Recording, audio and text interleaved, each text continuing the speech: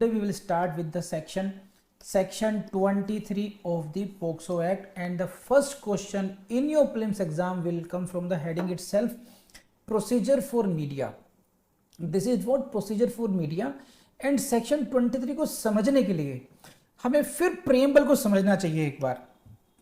See this please, relevant line. ये preamble का part है. You should read it again.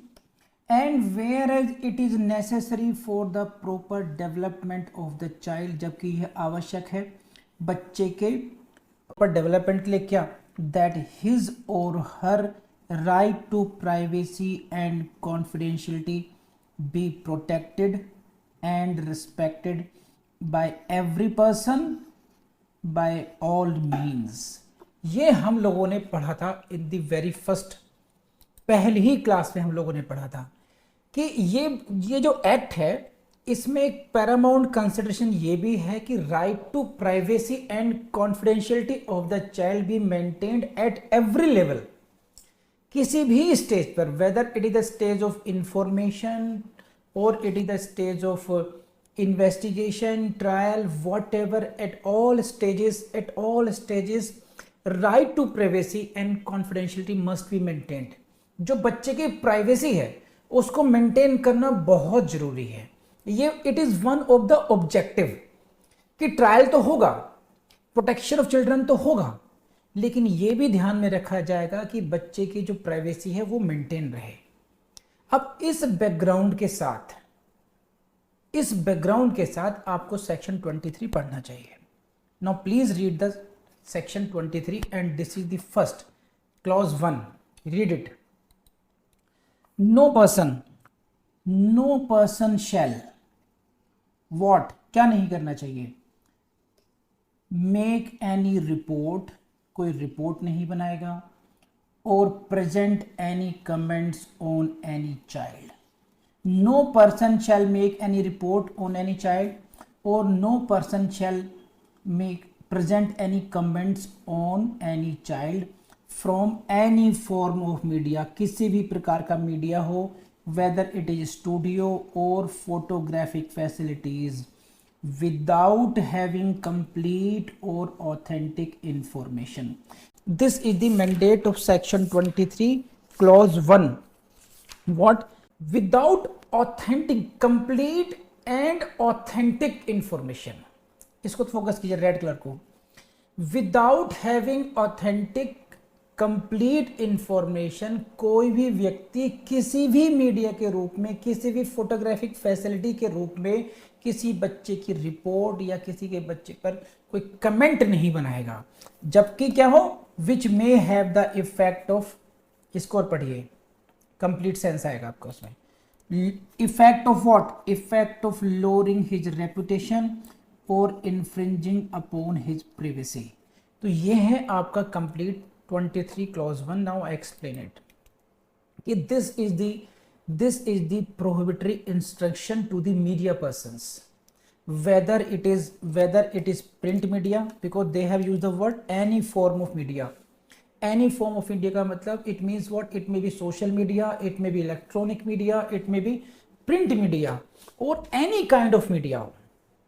This is the instruction. No person means if you are from any of these facilities, जिनको मैं round कर रहा हूं, आपको दोबारा देख लीजिए इस तरीके से. ये कोई भी व्यक्ति इस फील्ड से, फ्रॉम एनी, देखिए कोई भी व्यक्ति ना तो रिपोर्ट बनाएगा बच्चे की, ना ही बच्चे पर कोई कमेंट करेगा. दो शर्तें, without having complete authentic information which may have effect the lowering of his reputation and or infringing his privacy. और यही आपका जो कंसिडरेशन थी प्रीएम्बल में थी कि हमने क्या करना है, बच्चे की प्राइवेसी को मेंटेन रखना है. तो दिस इज द प्रोहिबिशन कि अगर आपकी रिपोर्ट से, अगर आपके कमेंट से किसी बच्चे की रेपुटेशन, किसी बच्चे की प्राइवेसी इन्फ्रिंज होती है, किसी बच्चे की रेपुटेशन लोअर होती है, then you will be held liable for that. And please go to, if I am not wrong, to 23(4). Please see this. This is section 23 clause 4. Any person who contravenes the provisions of subsection 1, इसी को confine कीजिए, shall be liable to be punished with imprisonment of either description for a period which shall not be less than 6 months, minimum 6 months, and but which may extend to 1 year, or with fine or both. So 6 months, 1 year, 1 year और fine. This is the first. तो basically आपका जो ये 23 section 23 clause 1 है, 23 clause 1 हुआ. If ये 23 clause 1 का mandate क्या था कि आप कोई भी रिपोर्ट, कोई भी कमेंट नहीं करेंगे बच्चे पर अगर उसके बच्चे की प्राइवेसी और उसकी प्राइवेसी इन्फ्रिंज होती है या उसकी रेपुटेशन लोअर होती है. और अगर आप ऐसा करते हैं then you will be held liable, और आपकी सजा minimum 6 months up to 1 year और विद फाइन और बोथ हो सकती है. तो प्लीज लेट मी नो आपको 23 समझ में आया नहीं आया यहां तक. तो ये यहां से किसी भी रूप में फोन आपको आ जाएगा. ये यहां पर आप देखो जो पूरा जो पर्सपेक्टिव है पूरा पोक्सो एक्ट का, वो क्या है कि इतना वाइडर नेट कर दो कि अगर कहीं से भी बच्चे के राइट्स इन्फ्रिंज होते हो तो you must be held liable for that. तो यहां पर आप रिपोर्टिंग ऐसे नहीं कर सकते हैं. आप रिपोर्टिंग कैसे कर सकते हैं कि ए चाइल्ड ऑफ दिस उसके साथ ऐसे घटना घटी, आप उसकी प्राइवेसी इंटैक्ट रहनी चाहिए बस. ठीक है, आई बिलीव कि समझ में आ गया होगा आपको. अब ये आइए second, no reports in any media, very important, shall disclose the identity of the child. और इसी से क्वेश्चन आएगा, लिख लीजिए कि ये बात कहां कही गई है. बस no reports in any media shall disclose the identity of a child. बच्चे की आइडेंटिटी को डिस्क्लोज नहीं करेगी कोई भी media report. No report in any media shall disclose, specifically कह दिया गया है कि मीडिया में कोई भी रिपोर्ट बच्चे की आइडेंटिटी को, देखो प्रिवेसी शब्द नहीं कहा, उनका आइडेंटिटी, और आइडेंटिटी में क्या क्या है ये आपको बहुत केयरफुली पढ़ लेना चाहिए क्योंकि यहां से कोई प्रॉब्लमेटिक कुछ क्वेश्चन बना सकते हैं. वो क्या क्या है देखो, इसको नोट कीजिए, हाईलाइट कीजिए डायरेक्ट में. His name, you should not mention the name, address, photograph, family details, school, neighbourhood. देखो सभी को अगर आप, ठीक है, नेम से तो आप समझ सकते हैं, नेम नहीं बताएंगे आपको समझ में आती है बात. You will not mention the name. Okay, address भी समझ में आता है आपको, फोटोग्राफ भी समझ में आता है आपको, ठीक है, फैमिली डिटेल भी समझ में आता है आपको. लेकिन आपको ये ध्यान रखना पड़ेगा, आप उसका स्कूल का नाम भी नहीं लेंगे, आप उसको नेबरहुड कहाँ रहता है उसके पड़ोसी को भी नहीं बताएंगे आप, और एनी अदर पर्टिकुलर, किसी भी प्रकार के ऐसे particulars which may lead to disclosure of identity of the child. तो दिस यहां से क्या क्वेश्चन आएंगे.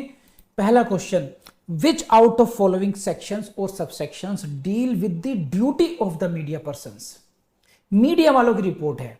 No report in any media, it means what, if you are working in a media then you are supposed not to report the identity of, you are not supposed to disclose the identity.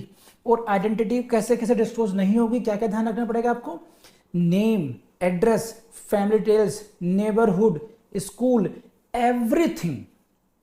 किसी भी तरीके से photograph अगर उसकी identity disclose होती है then आपके लिए खड़ा है ये. देखिए फिर अगेन 23 क्लॉज 4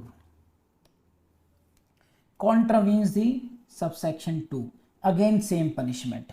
तो 23 की क्लॉज 2 आपको इसको ऐसे पढ़ना चाहिए, 23 क्लॉज 1, 23 क्लॉज 2 का अगर वायलेशन होगा तो 23 क्लॉज 4 में पनिशमेंट मिलेगा. लेकिन इसमें खास पर जो नेक्स्ट क्वेश्चन बनता है यहां से पढ़िए आप, ये क्या क्या प्रोविजन किया गया था यहाँ पर 23 क्लॉज 2 में. क्या क्या है कि आप उसकी आइडेंटिटी को डिस्क्लोज नहीं करेंगे. ये हुआ जनरल रूल, ये हुआ सामान्य नियम. तो क्या कभी नहीं करेंगे, ये क्वेश्चन आता है. और प्रीलिम्स में अधिकतर जहां से एक्सेप्शंस आते हैं, एक्सेप्शंस में से क्वेश्चन पिक करना ज़्यादा अट्रैक्टिव है एग्जामिनर के लिए, और इसीलिए आपको पढ़ना चाहिए ये प्रोविजो। व्हाट इट टेल्स, पढ़िए। प्रोवाइडेड दैट स्पेशल कोर्ट, ऐसे पढ़िए, may permit such disclosure. Provided that special court may permit such disclosure, और यहीं से प्रीलिम्स में क्वेश्चन बनता है कि स्पेशल कोर्ट ऐसा डिस्क्लोजर के लिए परमिट कर सकती है, उसके लिए परमिशन दे सकती है। तो पहला क्वेश्चन प्रीलिम्स में यहाँ से बनेगा, किसकी परमिशन से ऐसा हो सकता है? हाई कोर्ट की परमिशन से हो सकता है, स्पेशल कोर्ट की परमिशन से हो सकता है। आपको ऐसा लगेगा हाई कोर्ट तो होगा ही होगा, लेकिन जब हम प्रीलिम्स से क्वेश्चन सॉल्व करते हैं तो हम लोग इन एजम्पशंस पे नहीं जाते हैं, हम हमेशा बेयर एक्ट लैंग्वेज पे जाते हैं, और बेयर एक्ट में they have categorically mention the word special court. So you will have to tick only on the special court. Special court may permit such disclosure. अब क्या क्या होगा इसके साथ साथ में देख लीजिए। राइट डाउन बिफोर प्रीलिम्स, कौन सी कोर्ट है ये special court? Competent to try the case under this act. This is not any court, any special court, this is the special court which is competent to try that case. It means what? देखो छोटी छोटी technicalities हैं। क्या हुआ? With in Delhi की बात कर रहे हैं अगर हम, सपोज 10 कोर्ट्स ऐसी हैं जिनको स्पेशल कोर्ट डेजिग्नेट किया गया है पोक्सो में, ठीक? तो इट इज नॉट कि out of these all 10 courts will can disclose, इनमें से कोई सी भी कोर्ट परमिशन दे सकती, नहीं, इसमें से वही कोर्ट जो इस केस का ट्रायल करेगी, वही कोर्ट ऐसी परमिशन दे सकती है डिस्क्लोजर ऑफ द आइडेंटिटी का। तो यहां से फिर एक टेक्निकल क्वेश्चन बन सकता है आपके लिए सेकंड पार्ट से। This is what? This special court is what? Competent for what? To try the case. P4 prelims लगाइए यहां पर। अब नेक्स्ट पर आइए। नेक्स्ट क्वेश्चन बनेगा, special court can permit for reasons to be recorded in writing. Next P4 prelims यहां से आएगा कि रीजंस फॉर रिकॉर्डिंग ये जरूरी है या नहीं है ना? कि अगर स्पेशल कोर्ट कर तो सकती है, but special court will have to write the reasons, record the reasons in writing. लिखित रूप से उन सभी कारणों को लिखना पड़ेगा, मेंशन करना पड़ेगा स्पेशल कोर्ट को भी कि भाई हम ये क्यों डिस्क्लोजर कर रहे हैं। रूल तो परमिट नहीं करता है, but what are the circumstances when why it is to be permitted, और वो क्या करना पड़ेगा? ये करना पड़ेगा। इफ इन इट्स ओपिनियन, दो कितने बारीकी से पढ़ना पड़ता है हमने लोगों को, ऐसे। If in its opinion such disclosure is in the interest of the child, तो आप यहां देखेंगे कि इंटरेस्ट ऑफ द चाइल्ड, बच्चे के हित को ध्यान में रखा जाएगा। तो यहां से कितने क्वेश्चन बनते हैं देखिए। कौन सी कोर्ट कर सकती है? स्पेशल कोर्ट कर सकती है। ये कौन से स्पेशल कोर्ट है? Which is competent to try that case. ठीक है, कैसे करेगी? The court will have to write the reasons for doing so, and उसकी अपनी ओपिनियन होनी चाहिए कि such disclosure is in the interest of the child. अगर ऐसा है तभी होगा। तो जनरल रूल क्या हुआ? No one shall disclose the identity, but it can be permitted by the special court competent to try the case after recording the reasons in writing and when it is of the opinion that it is in the best interest of the child। बात समझ में आई नहीं आई बताइए? Proviso is over from my side. I believe कि मैंने बहुत technically तरीके से पढ़ाया है आपको। हाँ जी, ये है इसमें अगर कोई ऐसी सिचुएशन हो जाए, पहले क्या है, एक पोक्सो से रिलेटेड समझिए, कोई पेनिट्रेटिव सेक्सुअल असॉल्ट रिपोर्ट हुआ और बहुत बुरी तरीके से, इस तरीके से वो हुआ कि अपने आप एक मीडिया की सुर्खियों में आ चुका है वो। तो media is suppose to not to disclose the identity, not to disclose the what, not to disclose the neighbourhood, not to disclose the school, blah blah blah. ये सही हो गया।